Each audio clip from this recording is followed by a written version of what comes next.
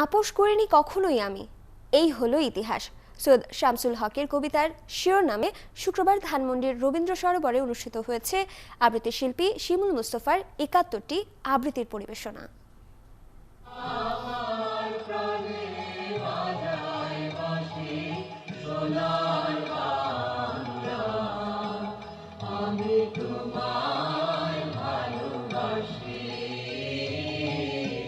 শিমুল মুস্তফার একক আবৃত্তি সন্ধ্যায় লাল সবুজের সাজে রবীন্দ্র সরোবর।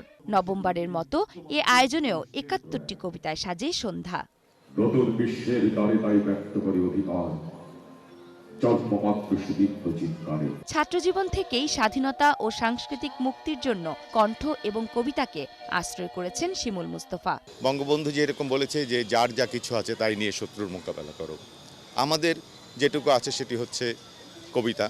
আমরা কবিতা নিয়ে আমাদের দেশের যারা এই দেশকে যারা চায় না তাদের মোকাবেলা করতে চাই, এবং এই প্রজন্মকে আমরা সবসময় বলতে চাই যে এই দেশ ৩০ লক্ষ শহীদের রক্ত দিয়ে কেনা একটি দেশ।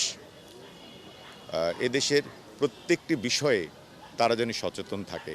৭১-এর ৩০ লাখ শহীদ স্মরণে প্রজ্বলন করা হয় ১৯৭১টি মোমবাতি। জীবনানন্দ দাশ থেকে শুরু করে সৈয়দ শামসুল হক, নির্মলেন্দু গুণ, মহাদেব সাহার কবিতা সহ সময়ের প্রায় সব কবিদের কবিতা আবৃত্তি করেন শিল্পী।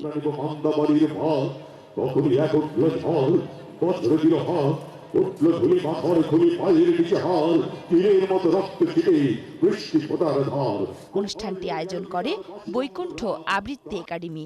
৭১-এর মুক্তিযোদ্ধা, ৭৮-এর ট্রাইব্যুনালে বিচার হলো রাষ্ট্রদ্রোহিতার। কামরুন নাহার রাখি, ৭১, ঢাকা।